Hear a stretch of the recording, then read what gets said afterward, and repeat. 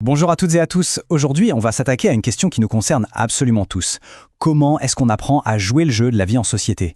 Qu'est-ce qui fait que, dès notre naissance, on se lance dans cet immense apprentissage pour devenir un membre à part entière du groupe? Pour démarrer, tenez-vous bien, regardez ce chiffre qui est juste incroyable. Aux Jeux Olympiques de 2021, l'équipe de France de volley qui a décroché l'or, sur les 12 joueurs, 7 avaient des parents qui étaient eux-mêmes volleyeurs. Alors, coïncidence, c'est dans les gènes, ou est-ce qu'il y a autre chose? C'est le mystère qu'on va essayer de résoudre ensemble aujourd'hui. Alors voici notre plan de match. D'abord, on va mettre un nom sur ce grand processus dont on parle. Ensuite, on va identifier qui sont nos premiers coachs dans cet apprentissage de la vie. Après ça, on se demandera si le chemin est vraiment le même pour tout le monde. Et pour finir, on verra si notre point de départ dans la vie a une importance. Allez, on y va. Première étape de notre enquête, devenir qui nous sommes.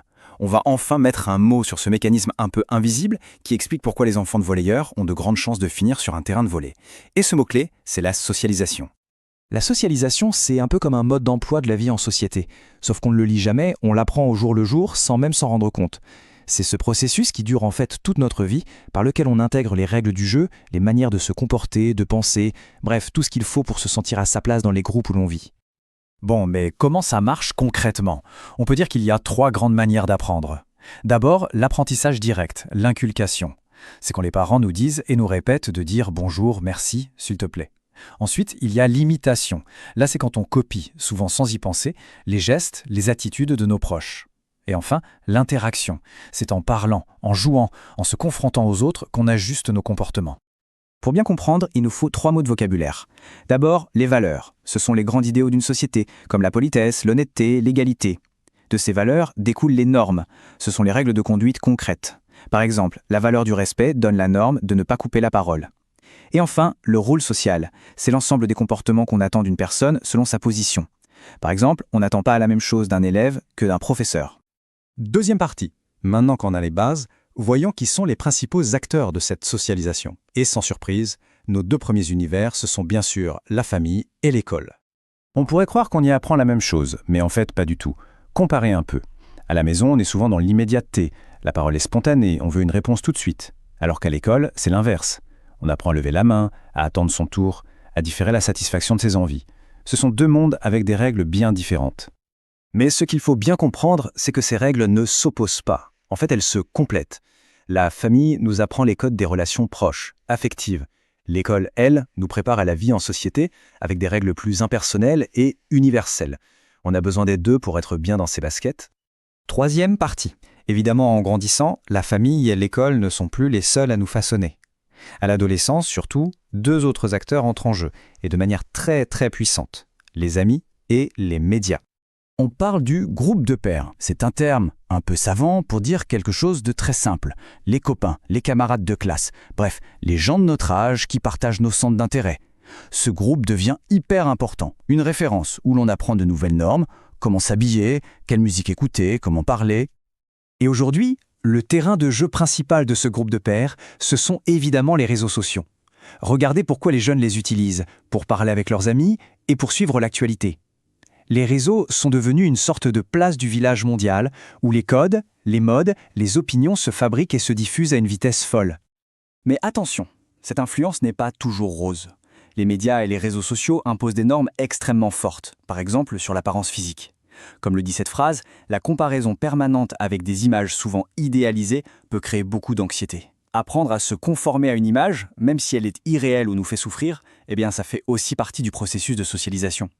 4e partie.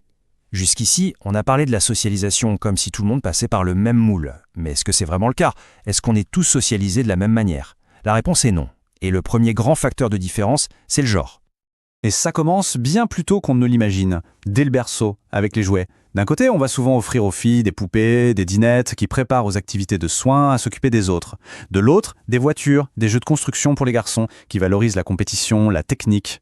Sans même y penser, on transmet des attentes différentes. On construit les futurs rôles de genre.